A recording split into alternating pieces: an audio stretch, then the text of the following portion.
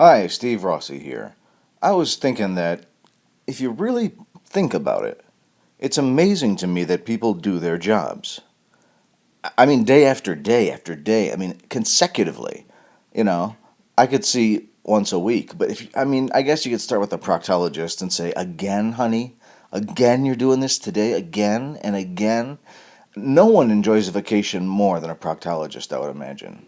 I don't know why I started there, but I can't imagine the person. I always want to help people. Like I would think if I was like a prison guard, like day after day after day, you probably know the inmates after a little bit. I mean, just unlock the door. Just unlock the door and let them just promise to be good and run. Once in a while. I mean, I just think I'm surprised it doesn't happen. I'm surprised jail guards don't let people out, and I'm sure they probably do actually. But I mean, just on a more frequent basis, just on a whim, like, all right, this guy I see, he's okay, and I'll just sneak you out the back.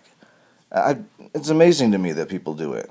That you go to a carnival, every ride there has a screw that had to be screwed in together. It had to be put together. A carnival. There's enough guy. What am I even acting like I'm surprised for? I put together carnivals for years. I worked at the Fun House and then Fun Services, and this is before I was living behind it. But I worked there in fun environments. I worked at carnivals. They all made fun of me and wanted me to put Carney on the back of my soccer jersey because it was the Zitgeist at the time. It was real funny because Austin Powers said Carney's small hands smell like cabbage. Oh, if that wasn't the line of the millennium.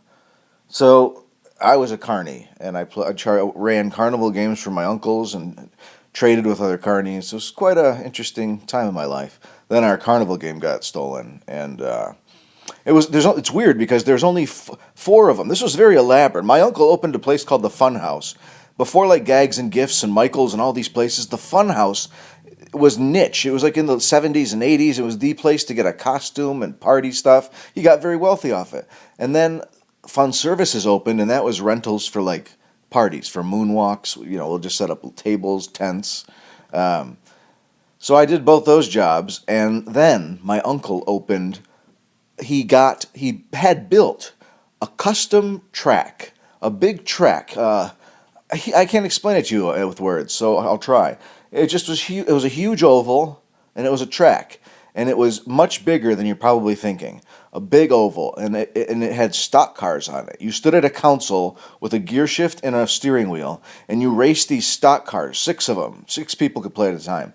They were the real NASCAR, like the shells of the cars. Where we had the Dale Jarrett car, the Dale Earnhardt Jr. car, Jeff Gordon 24. This is the only reason I know this shit. The Hooters car. I don't know who drove. Anyway, we had all the cars.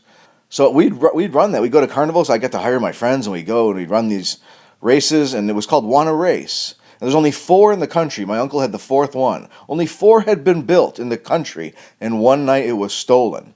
My uncle even called me up like a race announcer. He said, "Hey, Steve, a bit of a bad deal here last night. Somebody stole the racetrack," and he was a kidder. His license plates were always something funny. I'm for fun. I'm a fun one. Party boy was one. So those sound like handles to a gay chat room. Party boy. Yeah, those are all. That's true. Those are all his license plates, and he was a funny guy. And I don't know why I got into Carney. So after about a few years, Wanna Race was stolen. It was stolen from a trailer. The lock was cut from the gate and hauled off. The amazing thing to me is there's only three other ones in the country. How can someone just open this up? They're gonna just have to change the name slightly. Just open it, call it "Why Don't You Race," and sell it like that. No, no, no. This is not Wanna Race. This come up and play. Why don't you race? And you got the joke the first time. Why did I reiterate it? Because I didn't think you were. One day they're gonna be sewing my bottom lip back onto wherever it came off of. Steve, we'd like you to speak at our school. Oh, is it a event for inspiration? No, it's a never do this event. I need $300 and four bottles of unopened water. Shut up, Steve. Yeah, that's good.